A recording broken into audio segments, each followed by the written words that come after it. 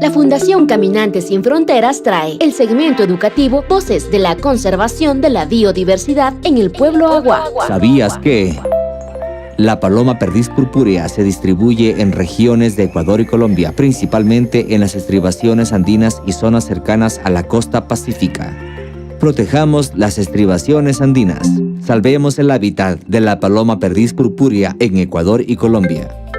Es un mensaje de Voces de la Conservación con la colaboración de la Federación de Centros Agua del Ecuador, el apoyo del Fondo de Alianzas para los Ecosistemas Críticos y Fundación Futuro Latinoamericano.